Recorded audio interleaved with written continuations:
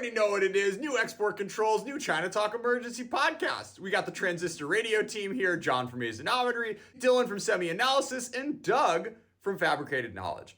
Because we have no lives, over the past 24 hours, we've been working our way close to, 500 pages of regulations, which are updating the October 7th, 2022 regs. A preface to this conversation: recording this episode this soon is irresponsible. Our takes are very much half-baked and subject to change, and this is not investment advice. Don't sue us. I'm sure we're going to get things wrong. Dylan, Jon, Doug, welcome to China Talk. I think speak for yourself. I've read all 500 pages, 10 times. I know exactly what's happening. Plus, I'm a lawyer. Obviously joking. Oh, Jesus Christ, man! I was going to say that's not a good way to say. This is actually legal. Just so you know, Dylan's entire take is legal advice. Yeah, I was wrong. I was lying. Yeah, everything Dylan says is legal advice. You should definitely listen to that. Yeah, I read a lot of both of them. I still don't really understand what the hell is going on. I've talked to quite a few people. I have some takes, some questions.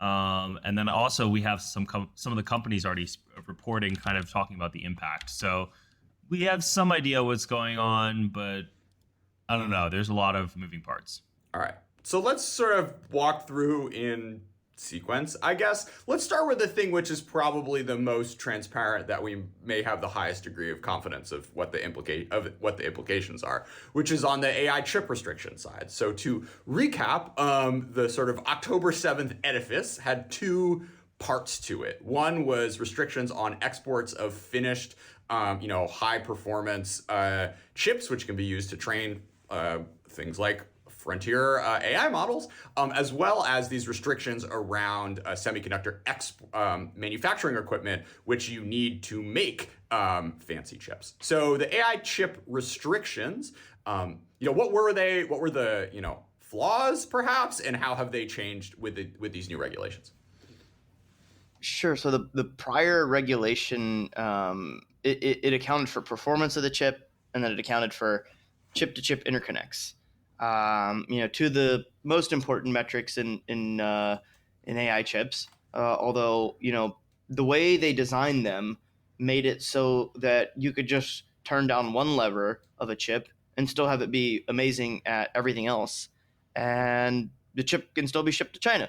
And so NVIDIA did just that, right? They released the A800 and H800. And, AMD did the same thing with the MI250. They made a version, I believe, if I recall correctly. And, Intel made a version of their Gaudi chip that passed regulations. And then other folks did that too, right? So chips that could make it to China with just a simple derating of one aspect that wasn't terribly, wasn't the only important factor.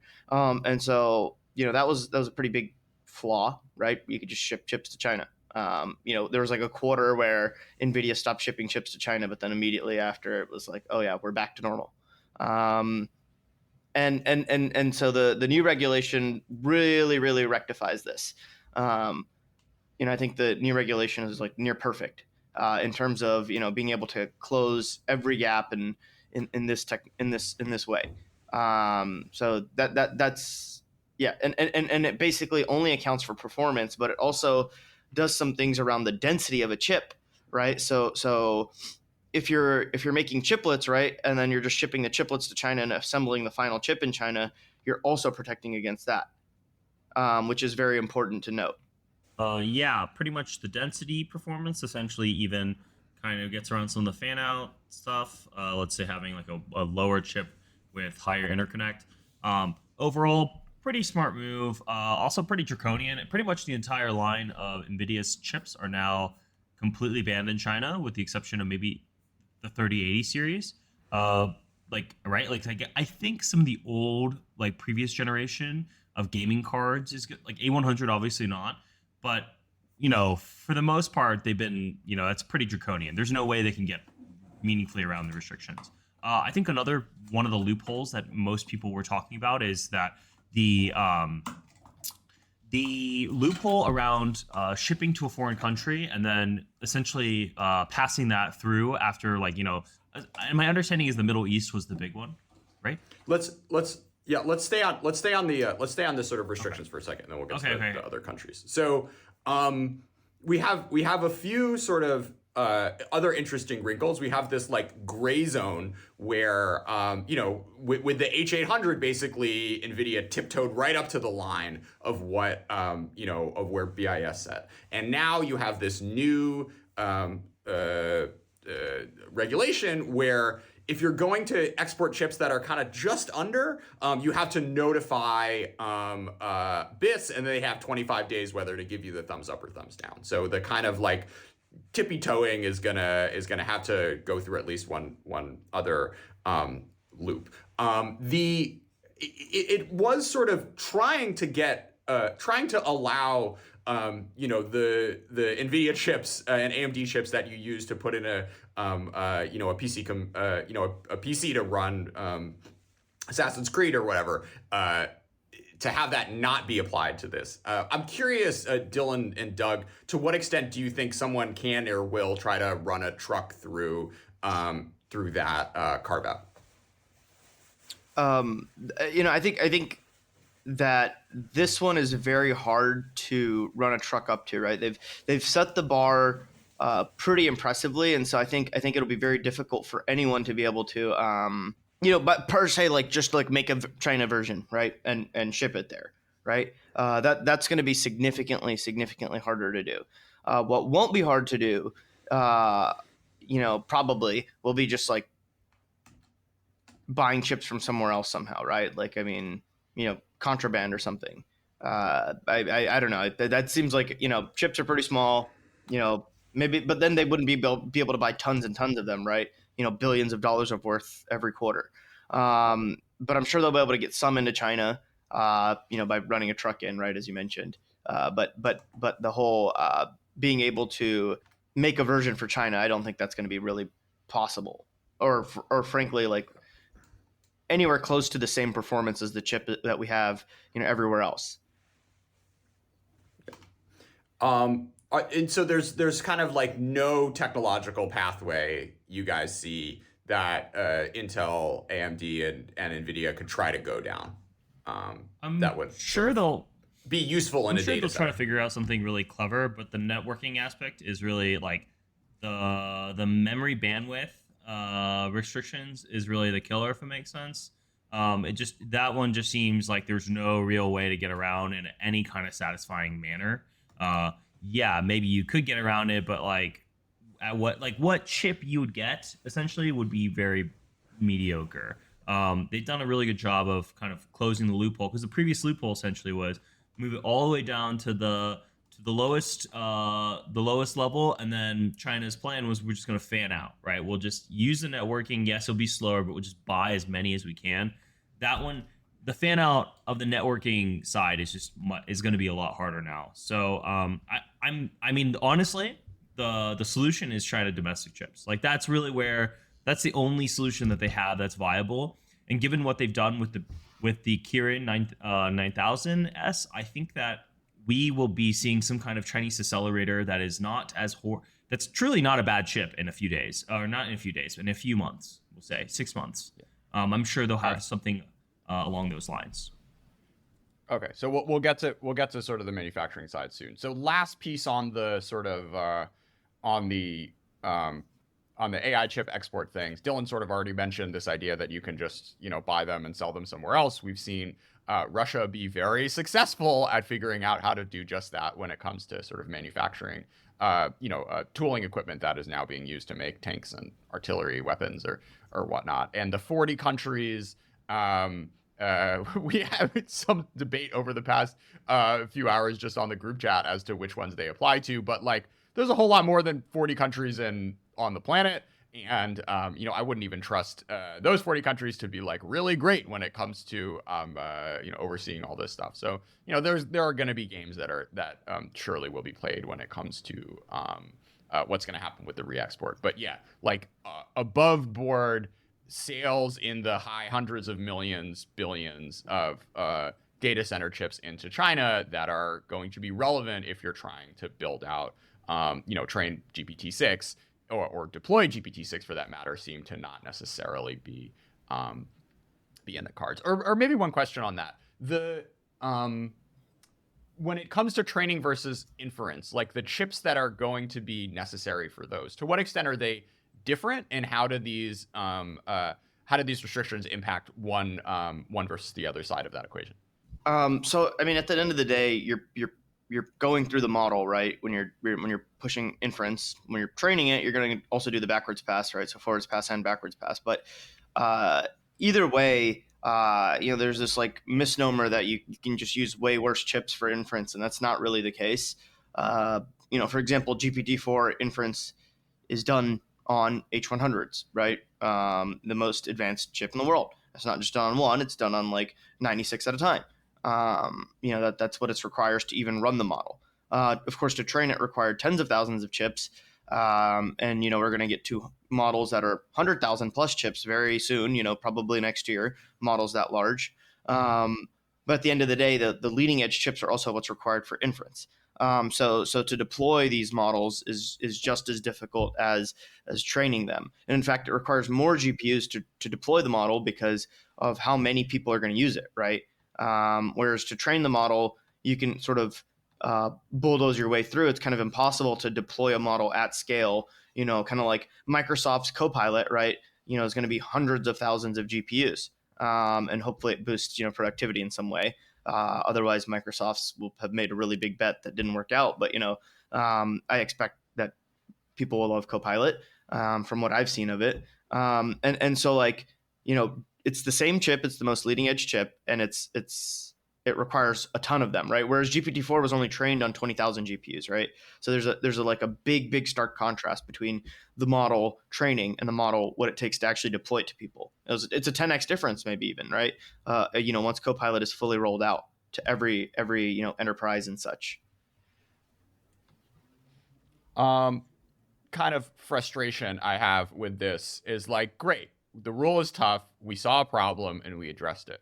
But this seems like something they should have realized like 10 months ago. And the sort of authorities for sending a letter to NVIDIA saying, hey, look, we're going to do something about this. Like, you guys should not, spend all this engineering time and invest in the and sell all these chips, which are now banned into China over the past year, seems to be like a bit of a weird move by BIS to not have even if you want to have like a big package like wrapped up in a bow, to not have kind of peeled off parts of this which are more straightforward earlier in the year is just kind of strikes me as kind of as a little curious, and maybe the backstory will come out one day, but kind of bummed out about that, because I think it was like within 2 weeks of October 7th, Jensen was saying, look, we're going to be fine, like we have this solution, like this other chip is gonna basically just cannibalize all the sales that we lost from the highest end stuff. On to the real beast of the additions. Equipment restrictions. So we have a lot of new things that weren't controlled and are now controlled, as well as tweaks to the things that were previously controlled. It's off with what struck out most to you. Just starting with the specific equipment restrictions. I mean, the most interesting thing to me was that, or odd thing to me was that they removed a lot of stuff. And stuff that is used for the leading edge, right? Like for example, they had all this stuff about Cobalt, which is pretty much only used on the most leading edge nodes, right? Intel's 10 nanometer, TSMC 7 and 5. Intel's 10 nanometer is a 7 nanometer node, right? Intel 7. These nodes all used Cobalt for certain aspects of the chip, and one of the interesting things was like, they must have really talked to somebody who knew exactly Intel's manufacturing process, because, for the original restrictions, because they did a really good job in making sure that could never be replicated in China, with the tools that were allowed to be shipped there, right? And then lo and behold, you turn around and you're like, oh wait, this is all removed now. And it's like, why did you remove all this? There's really, who explained to you to remove these things? On the same side, right? Like they did add a bunch of things as well. So it's really dense. So that's the part that's really hard to go through. Yeah, I actually was going to add, because it's like on the exact same on um on the exact same kind of like trajectory of like what we're talking about. They added a ton of stuff around metal deposition as well that looks like it's mostly targeted at gate all around. I think they even added wording around like isotropic etch, which is another gate all around important step. So they really focused, I think the shift has been kind of to pull off some of the 7 nanometer stuff and to really pile on to the onto the 3 or we'll just say 3 nanometer for gate all around. So I also thought it was really interesting. They just completely removed everything to do with the back end. That was probably the most disappointing part to me. They said, hey, by the way, all of these things as it's like, if it's required in the back end, yeah, all good. And I think that that's going to be probably a loophole, if it makes sense. I don't know if they're able to, obviously if it's a metal deposition stack that is extremely critical, I don't think for a front end tool, whatever. But if it's like some kind of metal deposition for a back end, it's like, what back end are we talking about? Are we talking about like true OSAT? Are we talking about back end align? Like I don't know. I thought that was really I don't know. That was really lame. Yeah, I mean, it just seems. Yeah. It seems like the AI chip restrictions and the equipment restrictions are like, it's like two hands that never even saw each other, right? Like they didn't. It seems like they didn't talk to each other because like the chip restrictions make sure that you can't do like chiplets and import them in and make high performance chips. After you've imported chiplets and all these sort of things, right? And then you turn around and you say, hey, all this whole chiplet thing, yeah, you can just have all the equipment though. By removing all this back end of line stuff. Hey, hybrid bonding, no problem, right? Hey, TCB, no problem. Hey, all these like various films and such, right? Like no problem. Oh, hey, if Samsung wants to make HBM in China, no problem, right? So you kind of quickly get to a point where it's like, well, like you limited all these things on the chip side, right? HBM memory and back end, but then you turn around and say, yeah, people can do that, right? And CXMT, China's DRAM manufacturer, is able to import all the tools they want.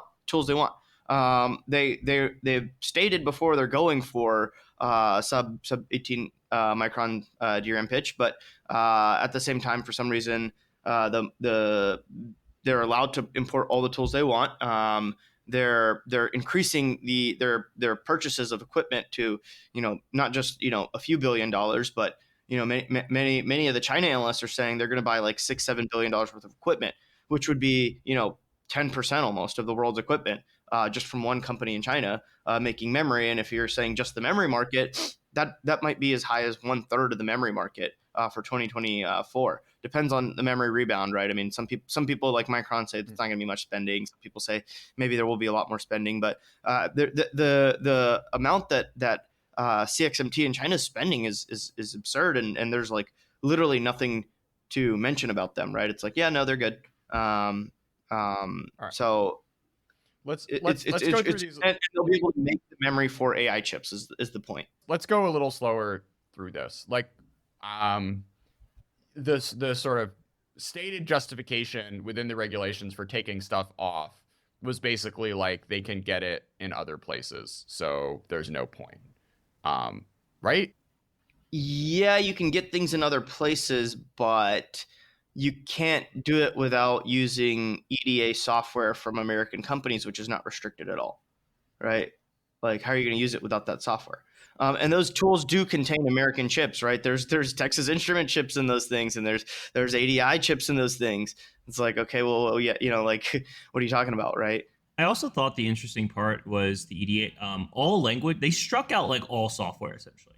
They talked about PDK, cool. I don't know. I don't know if they said EDA is all good in the hood, but it does seem like they walked back some of the software side of things, which seems like EDA is all good in the hood, which is like insane to me. That one doesn't make any sense at all. So I don't know. It's let's say they talked about this being a harmonization of Japan and the Netherlands. Realistically, this is kind of a slight backward step, in my opinion, on the semi-cap equipment side, but on the AI side, harsher. So that's kind of my high level take. Do you wonder if like the reason they rolled back the EDA stuff is because Chinese companies won't use the American EDA tools at all? They use them heavily. It's just there's a significant problem of piracy there, but they use them heavily, right? And maybe that's why, is because pirating the software is not terribly difficult. And a lot of Chinese companies do it anyways, right? Like you can download a lot of Synopsys and Cadence's software right off of Taobao, and just buy it for like a handful of bucks. You can buy ARM cores, right? So IP on Taobao, not through ARM, very easily. So that's why they didn't touch that. Kind of makes sense because they're like it would be. Maybe Synopsys would see that as kind of like a impediment to their own competitiveness if their stuff is being pirated anyway. But like, doesn't the same apply to NVIDIA, right? It's like, hey, like we're gonna let you import tools to make chips that are just as good as the ones that just got banned, right? That sort of seems like the misnomer here. I don't know. It does feel like these are concessions made to the American side of the semiconductor manufacturing industry to allow them to compete more heavily in China as a way to suppress Chinese domestic buildup of those capacities in those areas. I think maybe what they're worried is that Chinese EDA maker will arise in China because of these restrictions. But that's just a thought. Could be. But they're not worried at all about Chinese memory companies rising or Chinese companies that gonna make Texas Instruments lose a bunch of money or many companies, right? Why is Synopsys and why does NVIDIA not get this special treatment but Synopsys does? Or for example, a lot of the tools get copied too. Like if you send an applied materials or a Lam research tool into China, I promise you, some of them will go into a lab that is completely focused on how to break it all into the thousands of subcomponents and mimic the performance. So there's like, who was it that we saw at Semicon? Like literally just had it applied materials in Dura. Like it looked exactly the same. It wasn't the same tool. It was. I think AMEC wasn't there, so I think it had to be Nara. And like, applied materials in Dura is like literally applied materials most highest selling tool. It's specific for various kinds of deposition, and it's used on the leading edge, but it's also used on the trailing edge, right? The company got founded. The most advanced semiconductors are also older. That is like their tool. That's like literally the first tool that ever got made, or among the first tools that ever got made by Applied Materials. Yeah, I think that's. And then, for example, Nara and Lam Research have a giant spat, I believe. AMEC and stole Vico's tool, so they definitely have. They've stolen as many tools as they can, and like the problem is you can like buy a tool and you can maybe figure out how it's built, but being able to figure out how it's performed, you should take some kind of company data that, and that's where the cybersecurity aspect of this comes into, because it seems like Vico. That's how Vico lost the epitaxial growth business, because if you look, Vico used to be one of the largest epi companies in the world, and then lo and behold, like I think it was like 2018, they get their tool stolen, and boom, fast forward, they've lost like 15% share to AMEC. And what's really interesting is like in international courts, Vico will say, hey, they stole the hell out of our technology, but in Shanghai, they're like, no, actually, Vico stole AMEC's tool. So there's like this, like, no, I'm being serious. It's on their website. There's a press release saying like, actually, they have to shed these documents because actually Vico stole AMEC's tool. And I was like, what the hell? So all this is happening. We're talking about like, oh, well, it's to decrease the, Americans' competitiveness into it.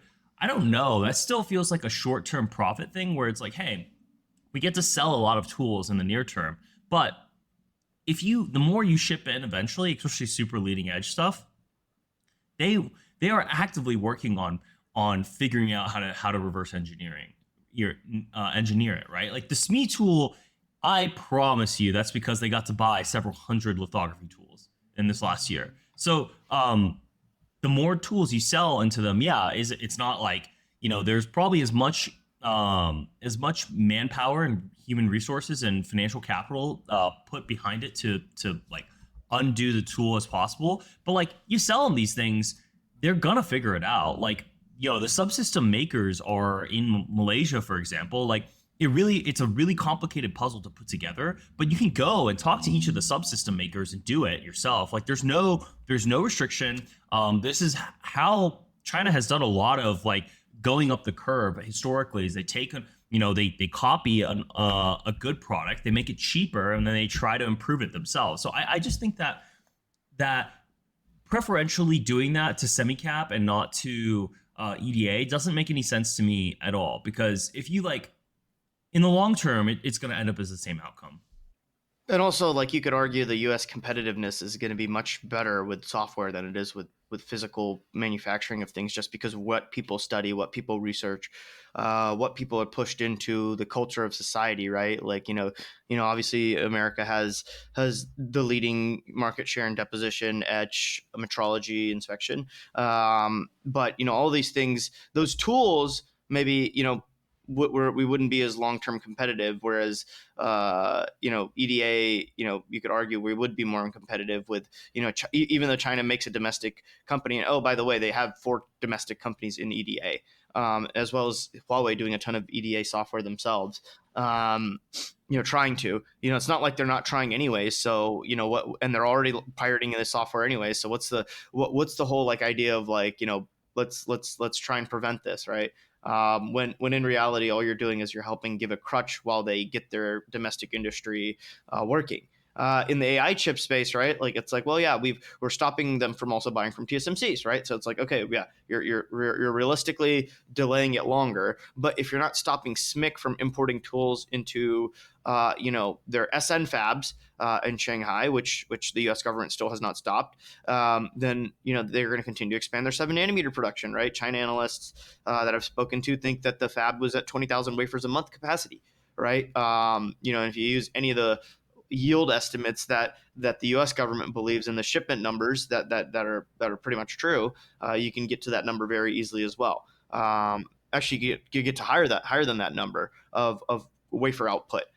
So you're restricting very tightly on some places, but you're saying now go build this right. Like you're very much allowed to. So it just seems like a very flawed way of thinking. But at the same time, there are like step ups in restriction, right? It's not just all like paring back the onion. There are significant I guess harmonizations, right, to what Japan has done on especially on the deposition and etch side, right? There is some more restriction there. I would actually argue EDA is an easier market to enter into than a semicap tool by a meaningful amount. But the problem with EDA tools is that, hey, you make an EDA tool set that is just for a specific use case of designing your one FPGA gate. It doesn't really integrate into the entire ecosystem. One of the benefits and true like competitive advantages of EDA tools is realistically they're cobbled together of thousands of different like EDA libraries that have come into this conglomerated whole that is very hard to replicate.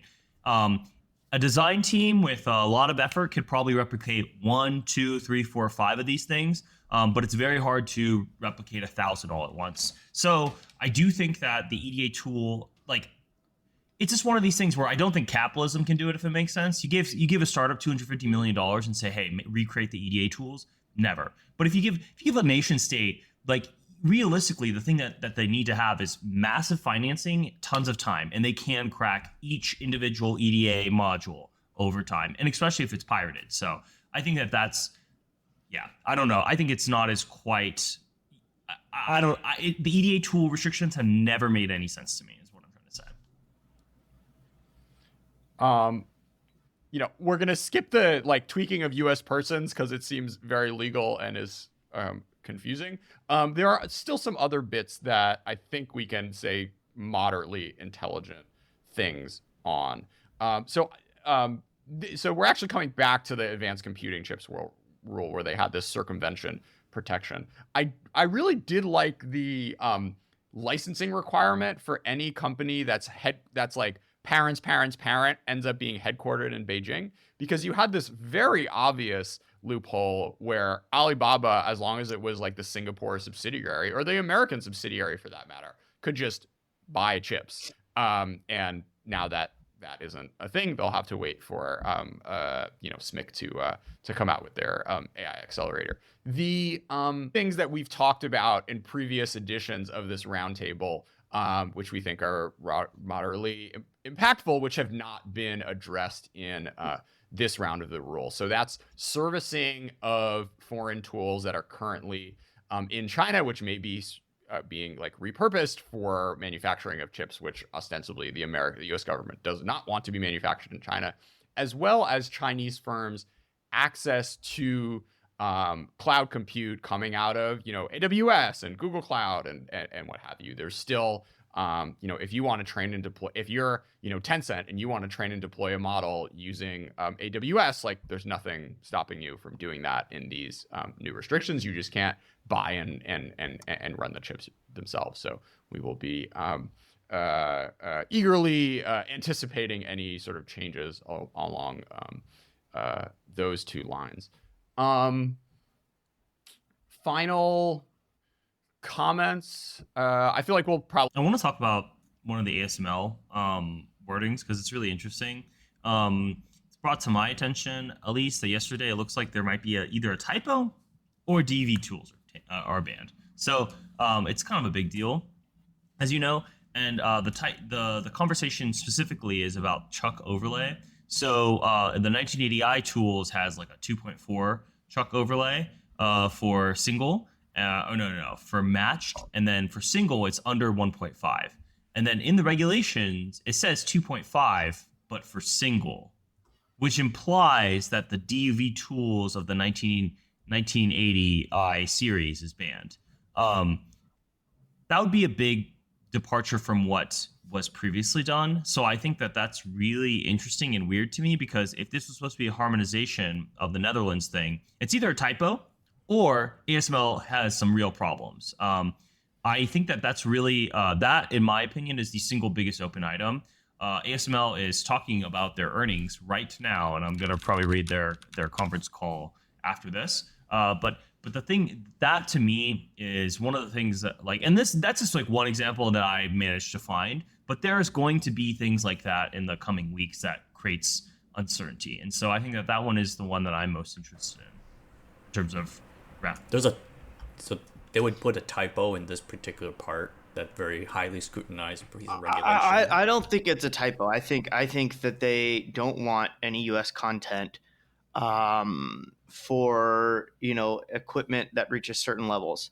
The question is how far can ASML try and argue that this isn't U.S. content, because they've bought many American companies over the years, and a lot of the engineering happens for specific products, right? The reticle in Boston and the source in San Diego, and all of the OPC software that a tool could not run without in the Bay Area, right? Like all these sorts of things, do you have U.S. content? So it'd be interesting to see how ASML tries to navigate this.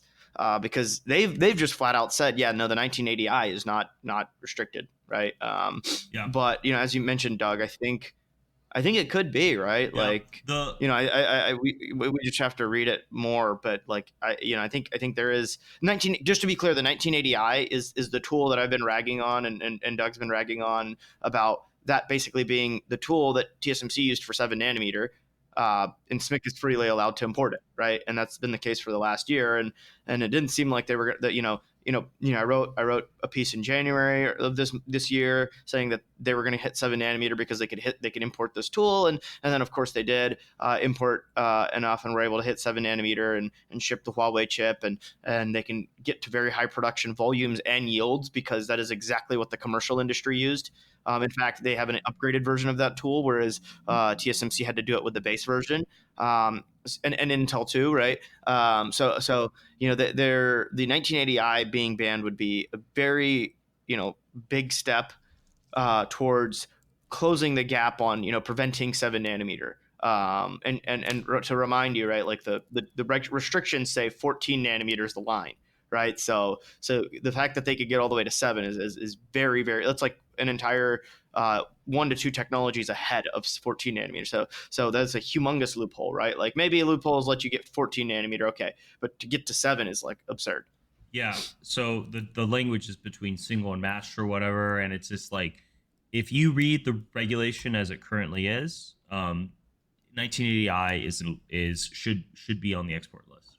So that's something I'm most interested in, because that would be a big sea change from what's been currently going on, and frankly, something that should happen. If you just like the results that just came out today, 50% of ASML's revenue for orders in the quarter is China, or I think that's which is wild. Shipments. Yeah. Like that's too much. That is explicitly they are trying their absolute hardest to get around what we're trying to do. And for whatever reason, ASML has been this like giant loophole that they've been able to drive DUV 1980i shipments through, and so it just doesn't make any sense to me. So I think that. Okay, I actually, something that we didn't catch because this just happened last night, right? Is ASML's earnings. They actually said there's no 19. They said this to some people after the fact that there's no 1980Is to certain advanced fabs.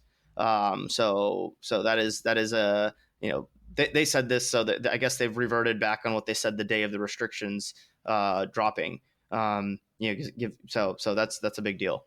So then the question is, then the question is, how many of these tools are already in China, and are the tools, are the billions of dollars of tools that those quote unquote advanced fabs, those advanced fabs have already bought, going to be able to be continued to be serviced by ASML, because the amount of capex that's been spent on this tool in particular over the past year or so may be enough to like run a lot of wafers in a sort of like globally impactful way. Question mark. I mean, it's billions, right? It's a lot. It's essentially like the DUV shipments this quarter alone is probably like the size of fucking multiple TSMC fabs. Like the throughput that is implied, we're talking, I don't know, 60 machines or something like that. It's a lot. And also I think it's not a coincidence either that there's so much this quarter particularly, because I mean, they probably have some kind of expectation that this was coming. And so of course they're like, well, why don't we shove as many so ASML has already, like, since last year had like DUV essentially hockey stick upwards, and most of that is built upon the fact that they're like, well, if you're going to let us do this, we're going to go as hard as we can, and we're going to order as hard as we can, as quick as we can until you do not let us do this. And this is one of the biggest problems for ASML to stock, mostly because people are like, well, this is probably not sustainable, but as long as this continues, they're going to do that. They're going to do their absolute best to continue to do this. So we're going to see. I think it just doesn't make any sense. I'm particularly frustrated about the DUV tool. That's one of my biggest frustrations, and I think it's insane to look at Q3 2023 sales and to see the regions 46% is to China. For context, 24% is to Taiwan. So they are doubling the increase in capacity this quarter compared to Taiwan, and that is including EUV tools. EUV tools obviously can't go in there, so it's like, the majority of those EUV tools are probably going to Taiwan, South Korea, USA. So it's like, okay, the majority, 48% of this quarter's sales is RFI, and 46% is to China. It's like, it's insane. It's insane. And to be clear, they're not stopping that. Really, they're only stopping it for like certain advanced fabs. But by the way, they don't consider CXMT an advanced fab, even though they absolutely are. And they don't consider most of SMIC's fabs advanced, even though they will do what they can to reroute. And they don't consider many companies advanced fabs because the definition of advanced, right? So it's like the same argument, right? Like why are that sort of John brought up earlier, which is like why are you giving preferential treatment to equipment companies, but hey, Texas Instruments, yeah, we don't care about them. Do we know how much of that region is to Taiwanese companies with fabs inside China? No, we've never had that kind of breakout. This is region shipped to a location. So this is Taiwan. Not even, this is just the things that go into China. This is also something that I did think was really interesting that I think we should probably talk about is there's a new export restriction based on reselling tools, transferring tools, has some license requirements now as well. But the problem is if you sell it to CXMT or SMIC, if you sell it to SMIC lagging edge, a DUV tool, can they use it for the leading edge? Probably, right? Like I just don't see where that distinction is super well. Now, could you sell it to tiny tier 4 fab in China, a DUV tool, and in theory that fab sells their DUV tool to SMIC under the new export restrictions? I think not. I think that would have to require a new license in order for it to be transferred. But that's also with the belief that China will adhere to the rule of law in terms of these restrictions, which and that BIS can find out, which especially if you're talking about like within company transfers, I mean, good luck, guys. And this is the sort of conversation you guys had about the DUV's tools, and if it is the case that now we're finally doing this, like the fact that it was a year-long OODA loop, and you ended up having quarters of billions of dollars of sales of things that the U.S. government, probably could have decided in December of 2022 were actually problematic, that it took another 8 months to, write the 400 pages of regulations to make this stuff legal, I think is a little frustrating. But look, this stuff is here now, and the proof's really going to be in the pudding if you start to see the subsequent quarters of semi-cap exports into China decrease, which I think is ultimately has to be a part of the sort of KPIs that the American export control blob has set for themselves as they're trying to restrict China's ability to import and manufacture advanced data center chips. So for context, I think this is important context in this conversation.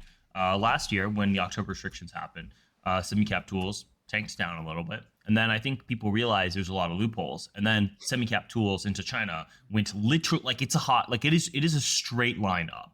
And we're going to see more results this quarter, how much strength is driven by China. But if ASML is a good indication of anything, it's going to be this quarter has a chance that China is the largest geography where all tools are going in the entire world, from Chinese tools to US tools to South Korean tools to European tools. We're watching a supernova in capital formation for these fabs in China. And it would be wonderful to see that number go down, but I just have a feeling that given how some of the laxity that's happened, I don't think that's going to happen. And also for context of the dates of this, if my understanding is correct, the tools gets applied today, right? Or maybe it's November, but I know the AI one gets applied in November, in 30 days, right? Yeah, I think tools are November 16th, and tools are, I guess it was yesterday. So woe to anyone who was violating the law as soon as it came out because they couldn't have instantaneously diagnosed and processed exactly what the hell was going on in all of this. Yeah, it'll be interesting to see. I bet equipment sales into China still continue to be quite strong because the restrictions don't really restrict most equipment sales, right? They only restrict some.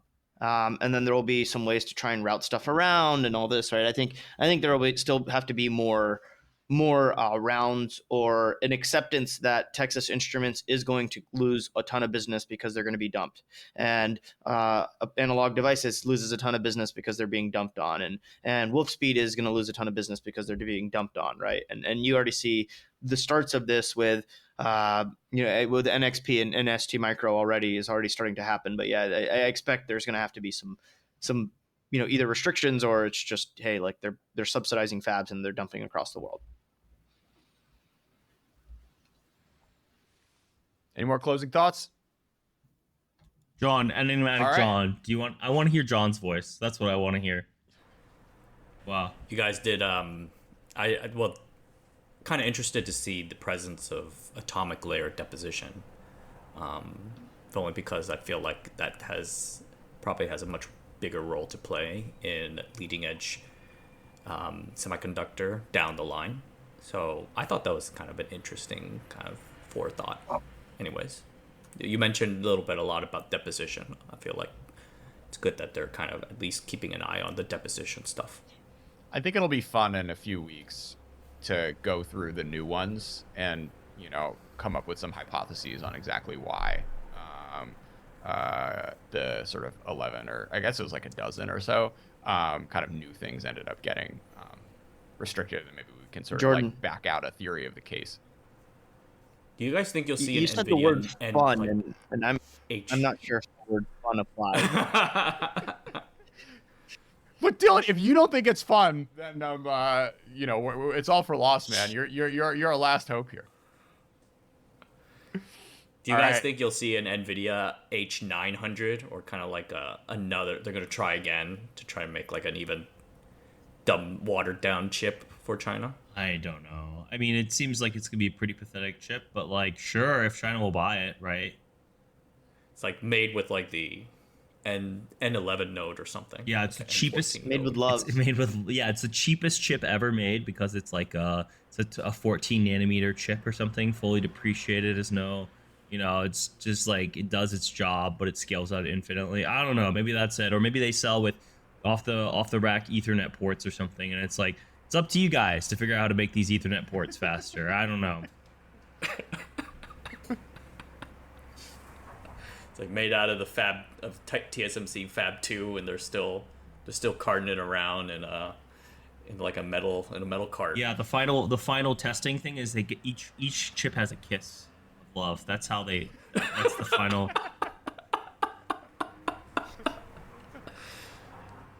We could have saved this whole conversation if the government only had called Dylan in October 5th and just be like, "Hey Dylan, what do you think of this?" And just let him cook. Call Dylan and Doug, just like let him cook.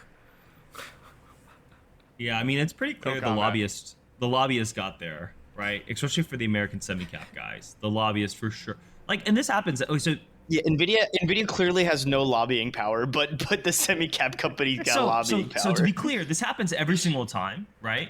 They make new export because they've done export restrictions into China on like before this, like 6 times or something like that, right? Export restriction, the stocks freak out. Then 6 months later, like actually, I think we could get around this. It's gonna be $100 million hit to this quarter, but next quarter we're good. And each quarter this happens because part of this, I think, is because no one in Washington has any idea what's going on. It is quite literally our jobs to know what's going on, and sometimes it's hard for me to know what's going on. It's a very complicated process with thousands of steps where you need intense, ridiculous knowledge about physics to really be able to play at the table, and that is just to understand the whole process. So it does make sense that versus NVIDIA, it's one big freaking one big whale you can chase. Versus like having to go all the little steps along the way to make the regulation. It makes a lot of sense that they would lean heavily on industry, but it's pretty clear that industry, when they get leaned on, tends to find ways to make loopholes. So that's kind of the same as it ever was in a lot of ways.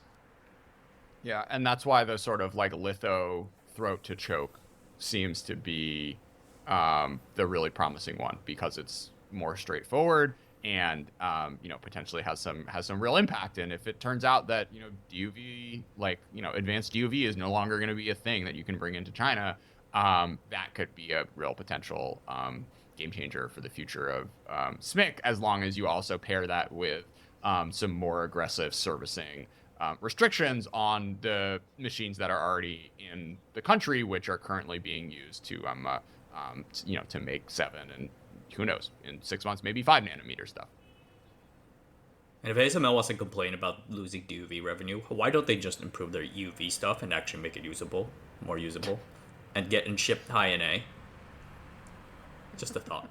Why? Okay, but then capitalism must ask you. Yeah, simple. Just figure out the magic technology. why? Just Just figure it make out. it better, Why? boys. Why make new thing if you can sell old thing for more? Think about that. That's a business plan for you.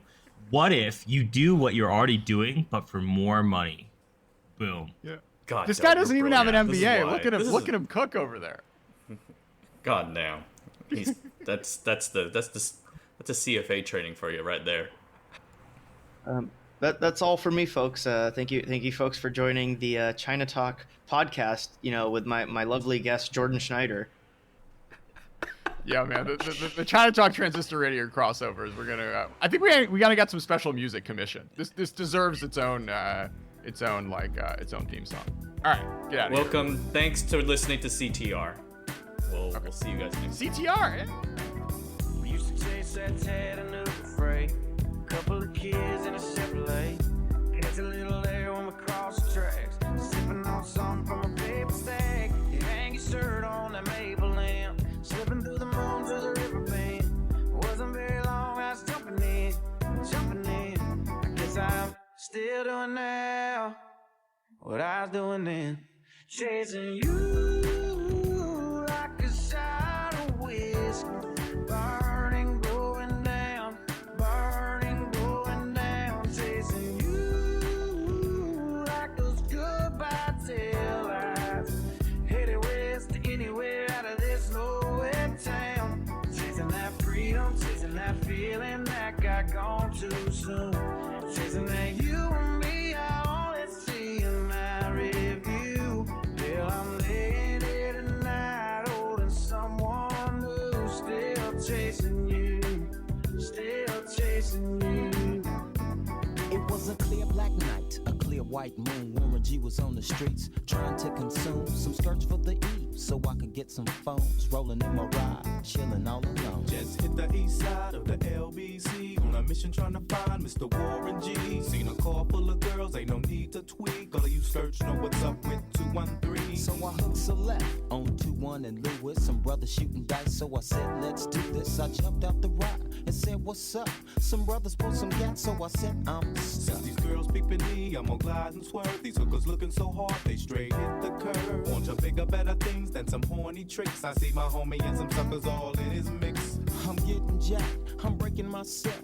I can't believe they taking Warren's wealth. They took my rings, they took my Rolex. I looked at the brother, said, damn, what's next? They got my homie hemmed up and they all around. Can't none of them see him if they going straight pound for pound. They wanna come up real quick before they start to clown. I best pull out my strap and lay them busters down. They got guns to my head, I think I'm going down. I can't believe it's happening in my own town. If I had wings, I would fly, let me contemplate. I glance in the cut and I see my homie Nate. 16 in the clip and 1 in the hole. Nate Dogg is about to make some bodies turn cold. Now they dropping and yelling, it's a tad bit late. Nate Dogg and Warren G had to regulate. You always used to talk about LA. I heard you got as far as Santa Fe. The way you know I tried to track you down. I only got as far as Guitar Town. Singing about a girl I used to know. That I haven't given up, I'm just on your radio. Chasing you like a shot of whiskey.